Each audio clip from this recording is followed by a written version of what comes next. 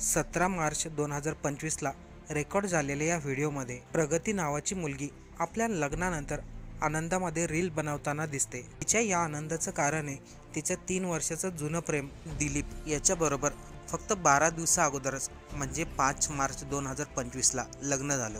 हा आनंद याच्यामुळे जास्त होता कारण की दोघांनी आपल्या लग्नासाठी कुटुंबातील लोकांना पटवलं होतं। 3च दिवसामध्ये प्रगतीने सासरच्या लोकांची मनं जिंकली होती, पण कोणाला याचा अंदाज नव्हता घरामध्ये जो आनंद आलाय त्याच आनंदाच्या पाठीमागं एक भयंकर कांड होणार होतं। 19 मार्च 2025 दिलीप आणि प्रगतीच्या लग्नाला फक्त 14 दिवसच झाले होते। त्या दिवशी दिलीप काही कामानिमित्त गावाच्या बाहेर गेला होता।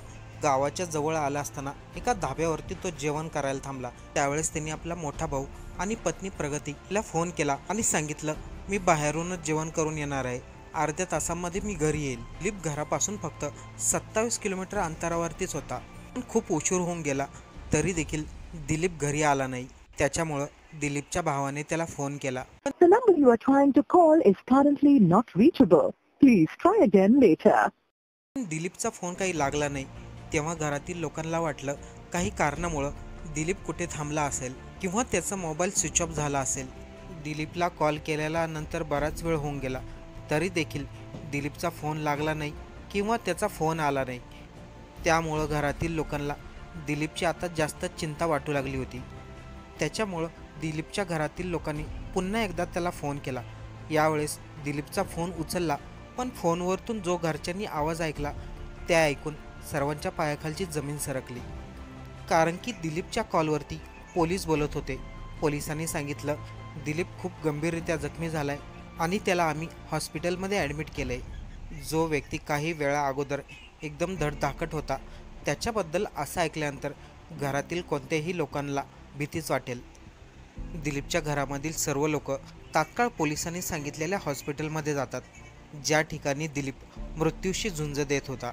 आईवडील, भाऊ यांना सर्वांना टेन्शन आलं, कारण दिलीप हॉस्पिटलमध्ये ॲडमिट होता आणि तो आपल्या मृत्यूशी झुंज देत होता, पण त्याचं 14 दिवसा अगोदरच लग्न झालं होतं। घरामध्ये असलेली सून प्रगती हिला दिलीपबद्दल नेमकं काय सांगायचं। मोठी हिंमत करून दिलीपच्या वडिलांनी प्रगतीला दिलीपला हॉस्पिटलमध्ये ॲडमिट केलं याच्याबद्दल सांगितलं। ते ऐकून प्रगतीला तर धक्काच बसला।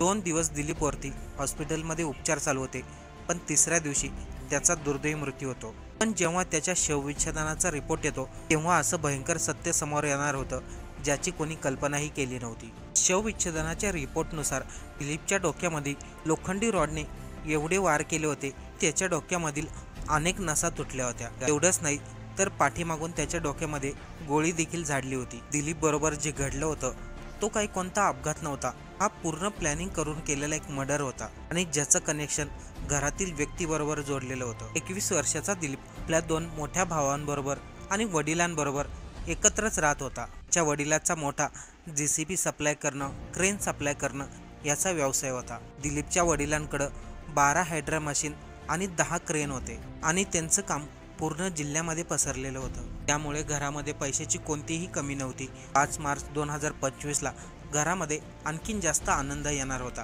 कारण की त्या दिवशी दिलीप आणि प्रगतीचं लग्न ठरलं होतं। प्रगती ही दुसरं कोणी नाही, दिलीपच्या मोठ्या भावाच्या पत्नीची लहानी बहीण होती। तिचं 12वी पर्यंत शिक्षण झालं होतं। प्रगतीचं तिच्या बहिणीकडं नेहमी जाणं येणं असायचं, त्यामुळे दिलीप आणि प्रगतीमध्ये चांगलीच मैत्री झाली आणि त्या मैत्रीचं रूपांतर प्रेमामध्ये झालं।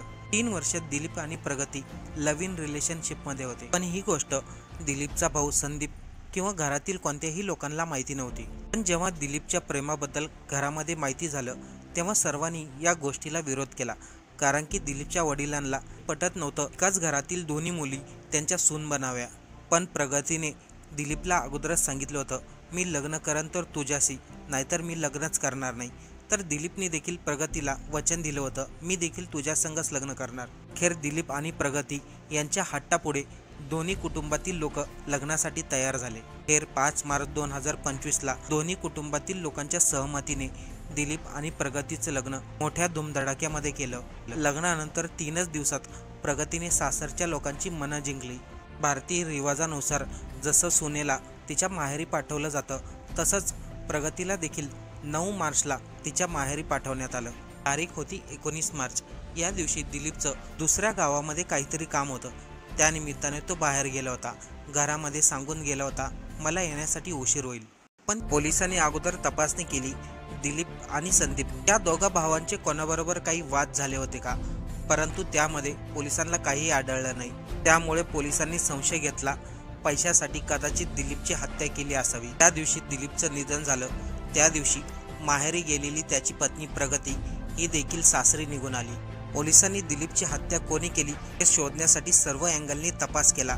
त्यासाठी सर्वात अगोदर दिलीपच्या घराबाहेरचे CCTV फुटेज पाहिले, त्याचा मोबाईलचा CDR काढला आणि हत्येच्या वेळेस त्याच्या मोबाईलची लास्ट लोकेशन काढले. दिलीप हत्येच्या अगोदर एका ढाब्यावरती असल्याचं पोलिसांच्या लक्षामध्ये आलं. पोलिसांनी त्या ढाब्यावरती जाऊन चौकशी केली. तेथील सर्व CCTV तपासले. तेव्हा समजलं, दिलीप जेव्हा जेवण करून परत निघत होता तेव्हा 4 लोक त्याच्याकडे आले, त्याच्याबरोबर काहीतरी बोलले आणि दिलीपला त्यांच्याबरोबर घेऊन गेले. सर्व पोलिसांना CCTV मध्ये दिसलं. जे 4 लोक दिलीपला बरोबर घेऊन गेले ते नेमकं कोण होते त्याचा शोध पोलिसांनी सुरू केला. तेव्हा त्यामधील 2 लोक संशयित असल्याचं पोलिसांना निष्पन्न झालं, कारण की त्यामधील ते 2 लोक काही दिवसा अगोदरच दिलीपच्या घराच्या अवतीभोवती फिरताना दिसले होते. पोलिसांनी वेळ वाया न घालता लगेचच या दोघांची ओळख पटवायला सुरुवात केली. त्यामधील एका व्यक्तीची ओळख पटली आणि पोलिसांच्या हाती सर्वात महत्त्वाचा क्ल्यू आणि पुरावा मिळाला. दिलीपला धाब्यावरती भेटणारा आणि त्यांच्या घराच्या बाजूला फिरणारा रामजी नागरला पोलिसांनी ओळखलं. रामजी नागरचे क्रिमिनल रेकॉर्ड होते, त्यामुळे पोलिसांनी सर्वात अगोदर त्याला ताब्यात घेतलं आणि त्यानंतर मात्र सर्व घटनेचा उलगडा झाला. दिलीपला मारण्यासाठी आपल्याला अनुराग यादवने 2 लाख रुपयाची सुपारी दिली असं नागरने पोलिसांना सांगितलं. अनुराग यादव हा दिलीपची पत्नी प्रगती हिच्या घरापासून अवघ्या 5 मिनिटा अंतरावरतीच राहत होता. याबद्दल पोलिसांना माहिती मिळाली आणि पोलिसांनी सापळा रचून अनुरागला ताब्यात घेतलं. तेव्हा अनुराग यादवच्या कॉल रेकॉर्डवरून पोलिसांना धक्कादायक माहिती मिळाली.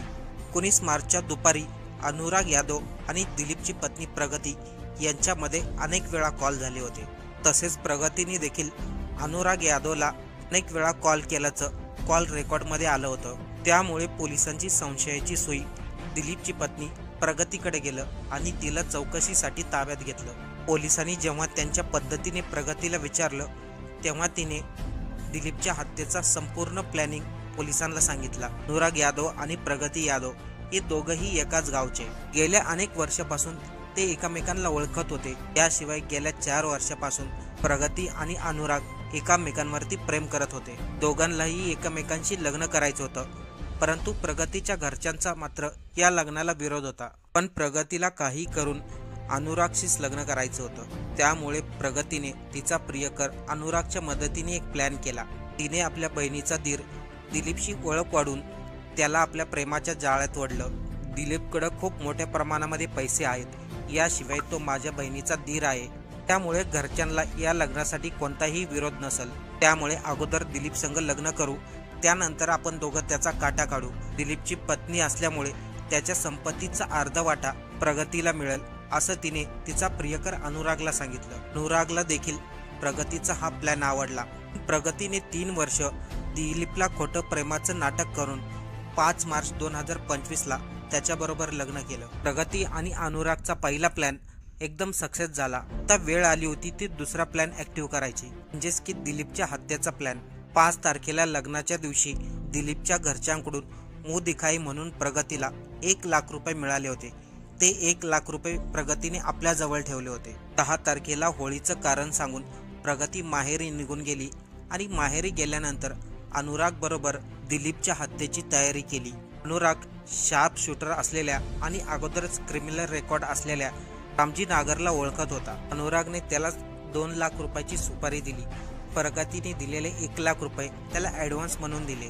त्या दोघांनीही काही दिवस दिलीपच्या घराची रेखी केली. दिलीप किती वाजता घराबाहेर पडतो, कुठे जातो, सर्व गोष्टीची नोंद करून घेतली. मग माहेरी असलेल्या प्रगतीचं दिलीप बरोबर रोजच कॉलवरती बोलणं व्हायचं. त्यामुळे दिलीपच्या प्रत्येक लोकेशनची माहिती प्रगती प्रियकर अनुरागला द्यायची.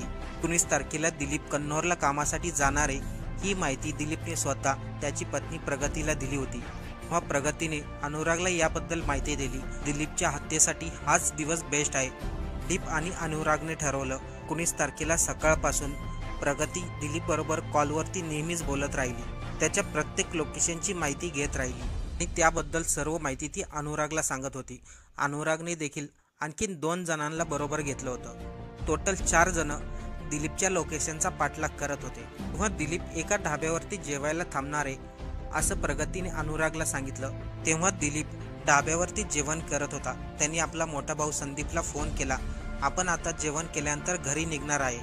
पण इकडे अनुराग आणि नागरने ही संधी साधून दिलीप जवळ गेले आणि त्याला सांगितलं, आमची शेतामध्ये गाडी अडकली आहे, ती गाडी काढण्यासाठी आम्हाला मदत कर.